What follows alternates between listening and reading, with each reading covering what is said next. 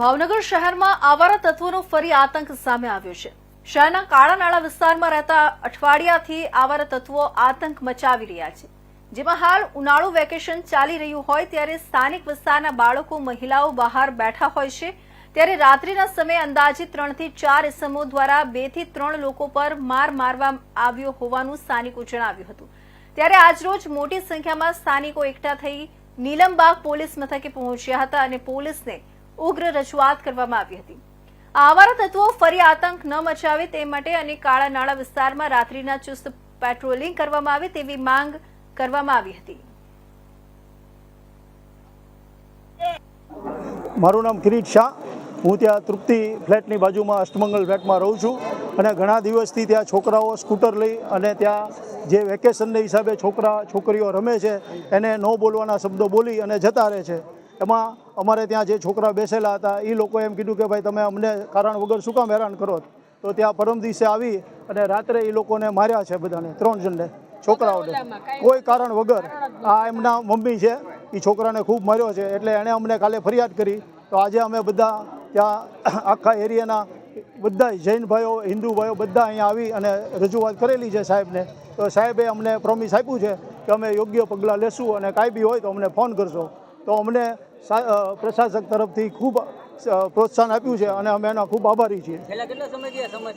આ 8 દિવસથી વધારે થયું છે, વેકેશનને હિસાબે જ હોય, બાકી તો અમારા છોકરા કોઈ રમતા નથી।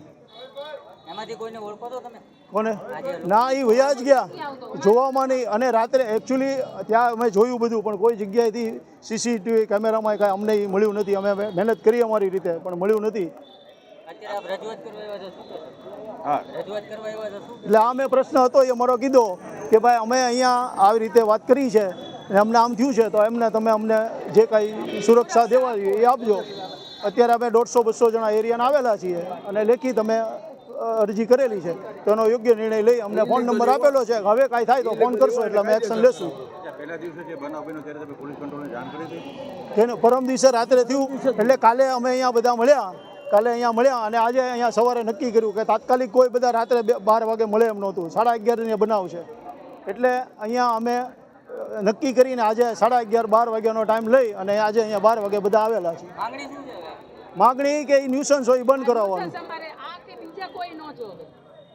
અહીંયા જે કોઈ વેકેશનને હિસાબે જ લોકો રમે છે, બાકી અમારા છોકરાઓ કોઈ બહાર રમતા નથી, ખાલી આ વેકેશન છે એટલે।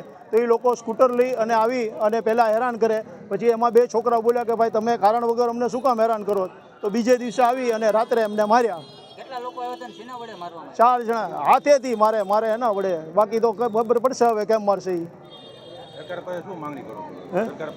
બસ એ કે ત્યાં પેટ્રોલિંગ કરાવે રાતે, અને જે આવારા તત્વો ફરતા હોય એને પૂછે કે ભાઈ એનું આઈડી પ્રૂફ માગે કે તું કોણ છો, શું છો।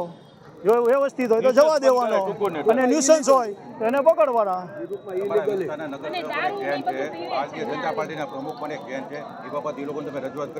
અત્યારે કરી અને સાથે જ છે, અત્યારે અમારી સાથે જ છે, અહીંયા જ છે।